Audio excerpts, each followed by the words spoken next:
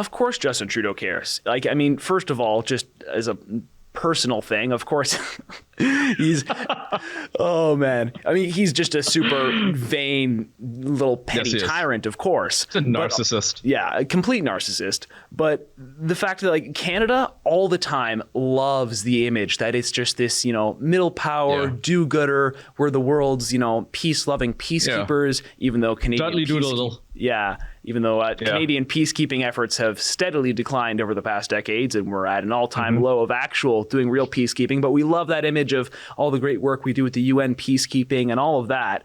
And Canada never really does anything unless we think it's going to help us look really good on the international stage, you know, as far as our foreign policy goes. And so absolutely, I think Trudeau really cares. And that's something I found super heartening about this is all of the attention that has been on this. It's like the mask has fallen off because so many along the rest of the world look at Trudeau and they think he's this, you know, progressive prince, this symbol of, you know, progressive liberalism, and he's got this male feminist ally. Male feminist ally is utopia of Canada. Oh no, Trump got elected. Looks like I'm going to move away to Canada to go live under Justin Trudeau.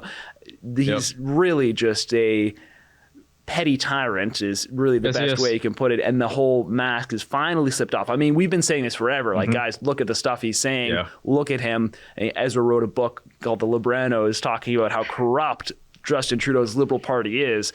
And it just keeps going and going and going. And they're all tied too. Yeah, they're tied to the Trudeau party is, you know, the Liberals are tied to Biden and Obama. It's the same people who pushed them up there, right? Yeah, they went to the same schools, they went to the same, events, they went to the same, well, maybe not events, but like the same. They fly in the same circles. Is what I mean, right? All of them, and that's why they're all backing each other up. It's just so obvious, and they're all tied to Klaus Schwab. Yeah, exactly. The ties are all there. You mention any of it, suddenly you're a wild conspiracy theorist. But I mean, it's literally right there. Like, they're in your face telling you that. They're like Klaus Schwab gave an interview saying that, like half of the Canadian Parliament belongs to us, the WEF. I'm like, okay.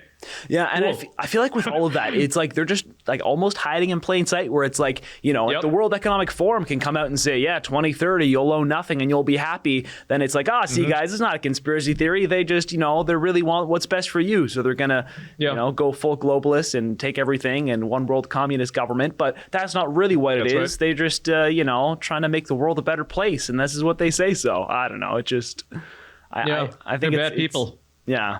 I think it's hilarious to see like just how open it is and how willfully blind the rest of the world has to be to it. I mean, you mention it and they'll be like, that's a conspiracy theory. The Great Reset's not a real thing. Meanwhile, it's on the cover of Time magazine, The Great Reset. The Great Reset. It's like Klaus Schwab's book is literally titled The Great Reset. The Great Reset. I mean, writer Dave in the writer's room with me, he's got a copy of the book, and I think he likes to bust it out from time to time. And I should read it. Yeah, I'm sure it's I should probably pull that out myself. Yeah, it's like Klaus Schwab sent a signed copy of his book to pretty much all of these Western world leaders, and they thanked him for it personally.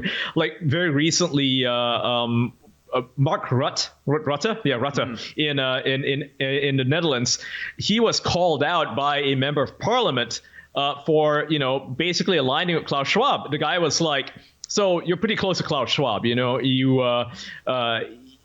thanked him personally. You said he was instrumental in putting you in power, blah, blah, blah, blah, blah. And Rutte was like, oh, no, I don't even know the guy. And then what that dude did, this MP, was he pulled out that book. He pulled out an interview where Rutte was personally thanking Klaus Schwab and personally thanked him for receiving his book, and said that it was like he was using it as a guide on how to lead Amsterdam and how to lead the Netherlands. It's like, wow, they lie so brazenly. Brazenly.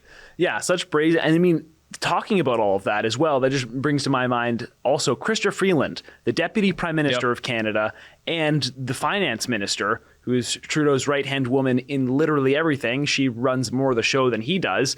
She is literally a World Economic Forum puppet. Like, she works, I'm not sure her exact position with She's the a biographer, I think. Like she is Schwab's biographer, I believe. Yeah. Well, she is for sure. That close to him. And then she has an official position presently with the World Economic Forum. Right. I'm not She's sure. like the second in command there. Yeah. Second in command over there. Yeah. First of all, how can that not be just a major conflict of interest to be the second in command in the Canadian federal government and with the World Economic Forum? But I mean, I guess they try and blend the two together as, unified movements. But That's so right. like her, because the biggest thing to come from Justin Trudeau invoking the Emergencies Act is all the financial stuff, right? The fact that the Canadian government can unilaterally freeze bank accounts and seize assets and all of that without a court order, without any sort of due process. They can just go for it.